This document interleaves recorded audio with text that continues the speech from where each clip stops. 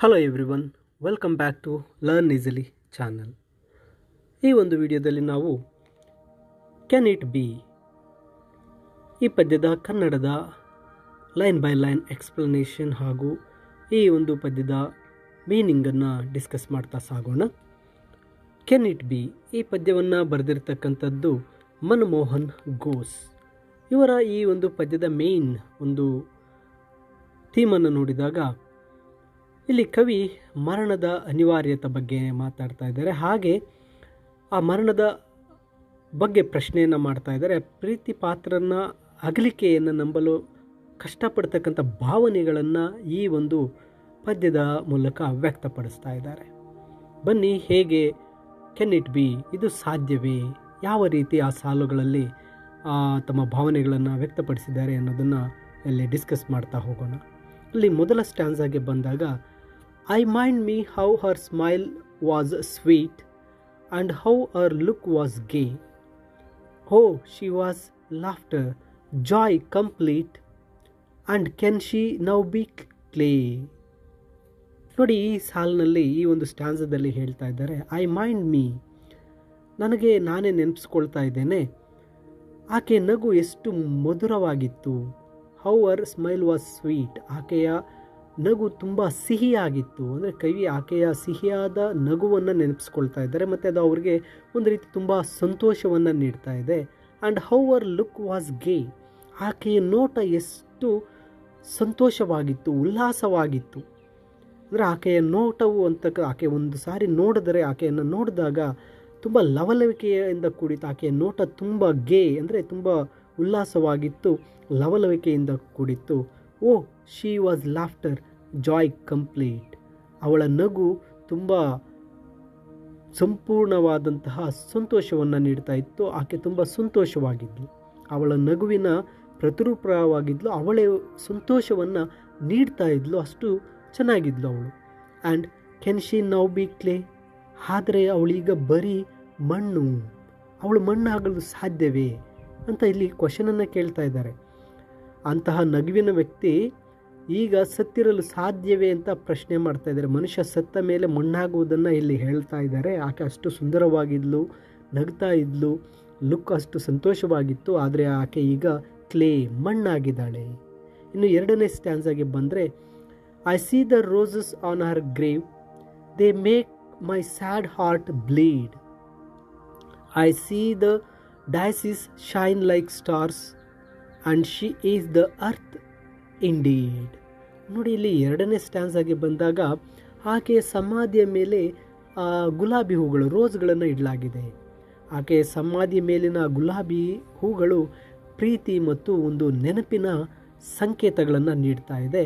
They make my sad heart bleed, ಆ ಹೂಗಳು ನನ್ನ ಈ ದುಃಖಿತವಾದಂತಹ ಹೃದಯವನ್ನು ಬ್ಲೀಡ್ ಮತ್ತಷ್ಟು ನೋಯಿಸ್ತಾ ಇದೆ. ಆ ಗುಲಾಬಿ ಹೂಗಳು ಸಮಾಧಿ ಮೇಲಿರ್ತಕ್ಕಂಥದ್ದು ಆ ಕವಿಯ ದುಃಖವನ್ನು ಮತ್ತಷ್ಟು ಹೆಚ್ಚಿಸ್ತಾ ಇದೆ. ಮೈ ಸ್ಯಾಡ್ ಹಾರ್ಟ್ ಆಲ್ರೆಡಿ ದುಃಖದಲ್ಲಿದೆ, ಬ್ಲೀಡ್ ಅದು ರಕ್ತ ಕಾರುವಂತೆ ಮಾಡ್ತಾ ಇದೆ, ಇನ್ನಷ್ಟು ನೋವನ್ನು ಹೆಚ್ಚಿಸ್ತಾ ಇದೆ.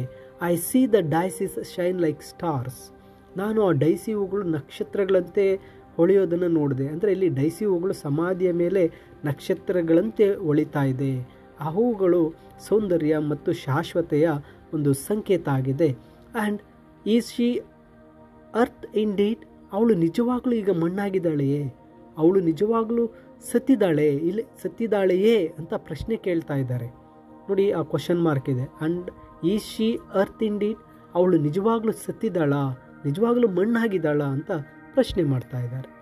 ನಂತರ ಮೂರನೇ ಸ್ಟ್ಯಾನ್ಸಾಗೆ ಬಂದಾಗ, all lovely things with beauty are, and just deeds shine as just, and faith and truth and duty are, and is she only dust.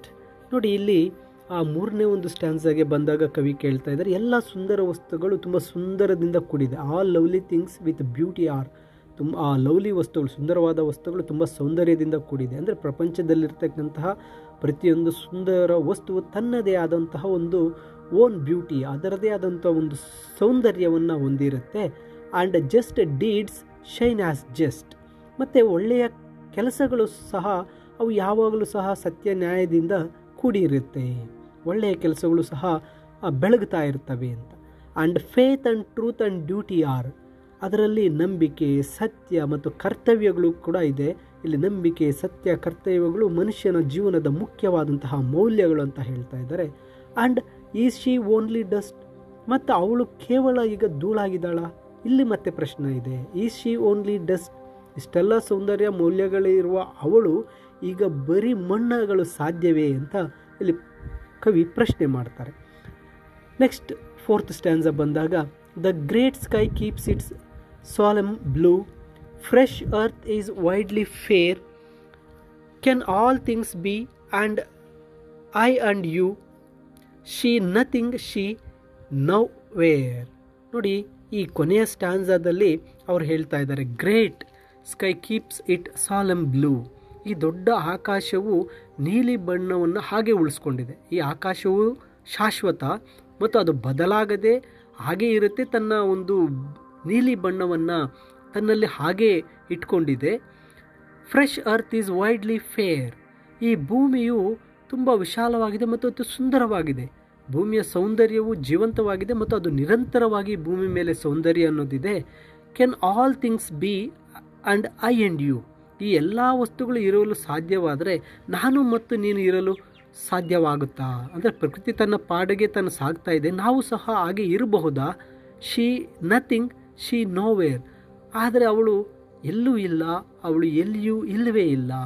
ನೋಡಿ, ಇವೆಲ್ಲ ಇದ್ದರೂ ಸಹ ಅವಳು ಮಾತ್ರ ಹೇಗೆ ಇಲ್ಲವಾಗಲು ಸಾಧ್ಯ? ಇಲ್ಲಿ ತನ್ನ ಪ್ರೇಯಸಿ ಅವಳು ಅಸ್ತಿತ್ವ ಇಲ್ಲವಾಗಲು ಹೇಗೆ ಸಾಧ್ಯ ಅಂತೇಳಿ ಕವಿ ಪ್ರಶ್ನಿಸ್ತಾ ಇದ್ದಾರೆ ಈ ಒಂದು ಪದ್ಯದ ಮೂಲಕ. ಕೆನ್ ಇಟ್ ಬಿ, ಇದು ಸಾಧ್ಯವೇ? ಆಕೆ ಮಣ್ಣಾಗಲು ಸಾಧ್ಯವೇ ಅಂತಕ್ಕಂಥದ್ದನ್ನು ಇಲ್ಲಿ ಕ್ವಶನ್ ಮಾಡ್ತಾ ಹೇಳ್ತಾ ಇದ್ದಾರೆ. ಮೈ ಡಿಯರ್ ಸ್ಟೂಡೆಂಟ್ಸ್, ನಿಮಗೆ ಈ ವಿಡಿಯೋ ಇಷ್ಟ ಆದರೆ ಲೈಕ್ ಮಾಡಿ, ನಿಮ್ಮ ಸ್ನೇಹಿತರಿಗೆ ಶೇರ್ ಮಾಡಿ, ಹಾಗೆ ತಪ್ಪದೇ ಲರ್ನ್ ಈಸಿಲಿ ಚಾನಲ್ಗೆ ಸಬ್ಸ್ಕ್ರೈಬ್ ಮಾಡಿ. ಮುಂದಿನ ವಿಡಿಯೋನ ಮಿಸ್ ಮಾಡ್ಕೋಬೇಡಿ. ಈ ಸಮರಿಯ PDF ನೀವು ವಿಡಿಯೋದ ಡಿಸ್ಕ್ರಿಪ್ಷನ್ನಿಂದ ಡೌನ್ಲೋಡ್ ಮಾಡಿಕೊಳ್ಳಬಹುದು. Thank you for watching this video.